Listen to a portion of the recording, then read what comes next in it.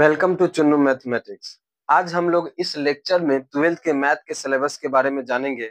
एक बात याद रखना, ये लेक्चर ट्वेल्थ वाले बच्चे के मैथ से जो पढ़ रहे हैं उनके लिए बहुत ही हेल्पफुल होगा, क्योंकि इसमें साथ साथ आप मैथ के सिलेबस के बारे में जानिएगा और उसके बाद 2025 में बोर्ड एग्जाम में जो जो चैप्टर से कितना मार्क्स का क्वेश्चन पूछा गया है, किस पैटर्न से फॉलो कर रहा है, कितना ऑब्जेक्टिव पूछा जा रहा है, किस पैटर्न से सब्जेक्टिव टाइप में जो पूछा जा रहा है, इसके बारे में आपको ये डिटेल एक्सप्लेनेशन इस लेक्चर में मिलेगा।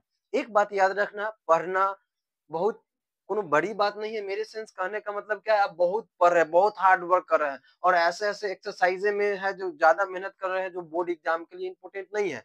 तो हम लोगों को उस एक्सरसाइज में ज्यादा मतलब एफर्ट देना है जिससे बोर्ड एग्जाम के लिए वो इम्पोर्टेंट हो। तो इससे पहले आपको जानना जरूरी है कि ऐसा कौन कौन सा है चैप्टर जिससे बोर्ड एग्जाम के लिए वो फेवरेट है, उसे ज्यादा क्वेश्चन पूछा जाता है। तो इसके लिए आपको इस लेक्चर को देखना होगा। अब देखिए यहाँ पे क्या है, ट्वेल्थ क्लास के मैथ जो है वो आपका दो वॉल्यूम में आएगा। एक फर्स्ट वॉल्यूम होगा, एक सेकंड वॉल्यूम।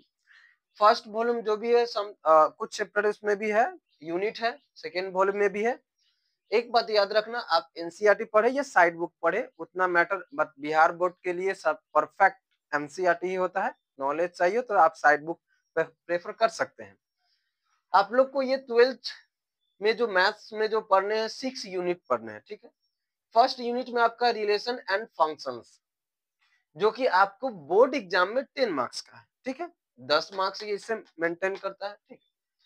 उसके बाद सेकेंड यूनिट जो है आपका, दूसरा यूनिट अलजेब्रा, जो कि 13 मार्क्स का है। तीसरा यूनिट कैलकुलस, जो कि 44 मार्क्स का है, ठीक है। इसलिए आप लोग ज्यादा इसको फोकस करें। उसके बाद आ जाइए आपका 4 नंबर में क्या है, ज्योमेट्री, जिसमें आपको 17 मार्क्स का है। उसके बाद आ जाइए 5 नंबर में लीनियर प्रोग्रामिंग, जो कि लगभग 6 मार्क्स का है। उसके बाद आ जाइए प्रोबेबिलिटी, जो कि आपका 10 मार्क्स का है। इतना तो ये वाला जो सिलेबस है आप लोग का, कह सकते हैं जो पहले का बोर्ड जो फॉलो करता था से। बट ये जब 50 में 50 ऑब्जेक्टिव जब आप बनाते थे, लेकिन अभी आप 100 में से 50 को जो भी है सर्किल करते हैं। तो यही बात है, इसके लिए आप लोग को यहाँ से देखना है जो कौन से चैप्टर से कितना मार्क्स का पूछा जा रहा है, और उसी के पैटर्न से आप अच्छी तरह से अपने बोर्ड एग्जाम को तैयारी करें। चले देखते हैं हम लोग क्या है।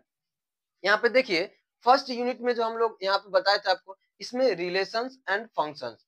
तो रिलेशन और फंक्शन मतलब ये आपका फर्स्ट यूनिट में था। इसमें कुछ चैप्टर है जो कि कौन कौन से यहाँ पे लिखा हुआ है।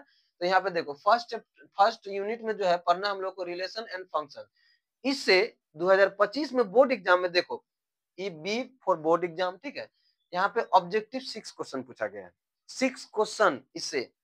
इसलिए आप लोग इसको सही से तैयारी करके जाना, किसका था, रिलेशंस एंड फंक्शंस का। उसके बाद शॉर्ट टाइप क्वेश्चन, मतलब जो बता दे 2 मार्क्स का आता है, जो 2 मार्क्स का पूछा जाता है, जो आपके बोर्ड एग्जाम में शॉर्ट टाइप क्वेश्चन वो होता है, एक पूछा गया है, ठीक है। अब यहाँ पे देखो, यहाँ पे लिखा होगा टोटल मार्क्स।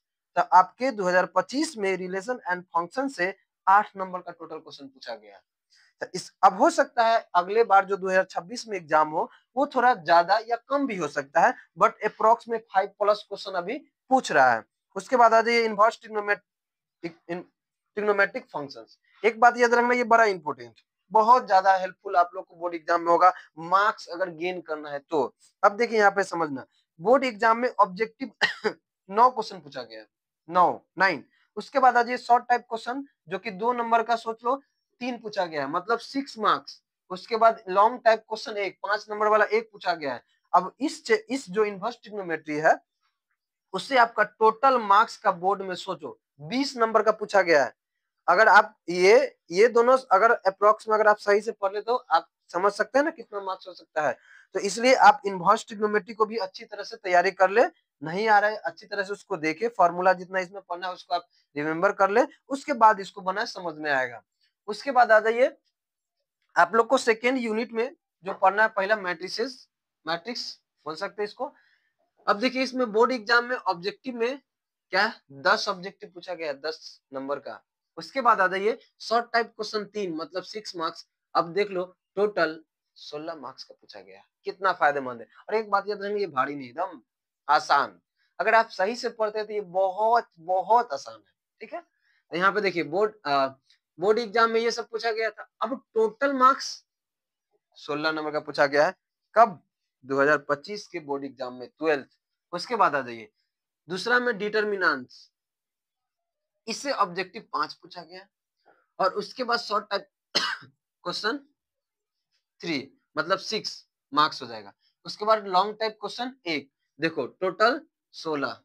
सोच लो सिर्फ ये और ये दोनों पढ़ के आप बोर्ड एग्जाम में पास हो सकते हैं, मात्र ये दोनों अभी के पैटर्न से। बट हाँ इस बार का है, अगले साल कम भी सकता है बढ़ भी सकता है, ये फिक्स नहीं है, ये बात याद रखना, ठीक है। अब आते हैं हम लोग थर्ड यूनिट कैलकुलस, बड़ा इंपोर्टेंट था। पहले के पैटर्न के अकॉर्डिंग 44 नंबर का था, लेकिन देखिए अभी जोड़ने पर आप लोग को मालूम चला क्योंकि अभी सबका डबल है तो ज्यादा होगा। पहला कंटिन्यूटी एंड डिफरेंस डिफरेंशिबिलिटी, एक बात याद रखना इससे इस साल नहीं पूछा गया, ठीक है। और ये आप लोग को आगे एक्सरसाइजें मतलब कुछ पढ़नी उसमें इस सब की जरूरत है, ठीक है। ज्यादा इससे पूछा नहीं जाता है, तो हम बोलेंगे आप इसको उतना तैयारी कर ले जो आपके नॉलेज के लिए और एक्सरसाइज कुछ बनाने के लिए आप लोग को काम दे, बट ज्यादा इस पे एफर्ट नहीं दे। अब आते हैं एप्लीकेशन ऑफ डेरिवेटिव्स। इसमें देखो बोर्ड एग्जाम में शॉर्ट टाइप क्वेश्चन में एक पूछा गया है जो कि 2 मार्क्स का है, ठीक है। अब चलते हैं यहाँ पे बड़ा इंपोर्टेंट जो कि आप 11th क्लास में भी पढ़े होंगे, डिफरेंशिएशन, ठीक।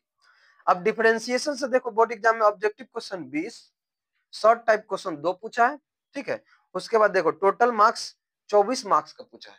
सोच लो अभी 24 मार्क्स का मतलब ये भी अगर आप सही से तैयारी करके जाते हैं तो आपका अच्छा मार्क्स उठ सकता है। उसके बाद आ जाइए इंटीग्रेशन। इंटीग्रेशन से बोर्ड एग्जाम में ऑब्जेक्टिव टाइप क्वेश्चन, अच्छा इंटीग्रेशन 2 टाइप में है, डिफिनिट इंटीग्रेशन और इनडिफिनिट इंटीग्रेशन। तो देखो इनडिफिनिट इंटीग्रेशन में 12 को ऑब्जेक्टिव मतलब 12 मार्क्स का पूछा गया, डिफिनिट 16, ठीक है। डिफिनिट से 16 मतलब ये दोनों को जोड़ दो 28, 28 मार्क्स का सिर्फ इससे ऑब्जेक्टिव पूछा गया। सोच लो क्या पैटर्न है, इतना सिंपल। अगर आप सही से पढ़े ना तो मार्क्स 95 प्लस चल जाएगा।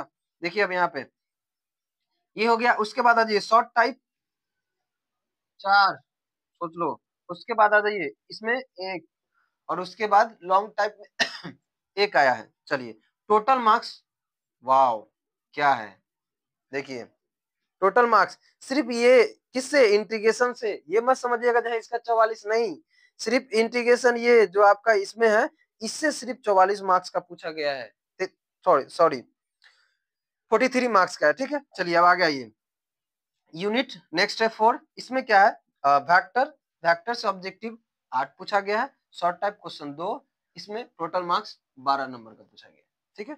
उसके बाद आ जाइए 3 डायमेंशनल, ठीक है, 3D कह सकते हैं, जिसमें आपका ऑब्जेक्टिव टाइप क्वेश्चन 6 पूछा गया है। उसके बाद सब्जेक्टिव टाइप जो मतलब कह सकते हैं शॉर्ट टाइप 2 मार्क्स का होता है वो 2 पूछा गया, लॉन्ग टाइप 1 है। उसके बाद आपका 5 यूनिट में लीनियर प्रोग्रामिंग से जो भी है इसे एक ऑब्जेक्टिव आया था, उसके बाद इस बार बोर्ड एग्जाम में, उसके बाद शॉर्ट टाइप क्वेश्चन 2 और उसके बाद लॉन्ग टाइप क्वेश्चन 1 पूछा गया है।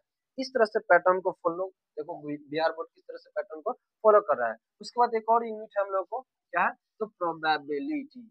इसमें देखिए ऑब्जेक्टिव आपका 5 पूछा है, 5, उसके बाद शॉर्ट टाइप में 2, उसके बाद लॉन्ग टाइप में 1, मतलब टोटल इस बार 14 मार्क्स का क्वेश्चन आप लोग को बोर्ड एग्जाम में पूछा गया है।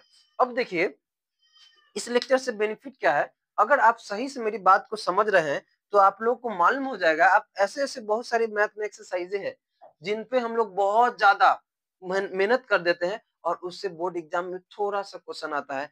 तो हम लोगों को उद्देश्य ये रहना चाहिए जो बोर्ड एग्जाम में जिस चैप्टर से ज्यादा क्वेश्चन लिया जा रहा है हम लोगों को उस पर ज्यादा एफर्ट देना है, ठीक है। तो आप लोग इसी तरह से इसको तैयारी करें और हम साइड हो जाते हैं, इसका आप स्क्रीनशॉट ले लें।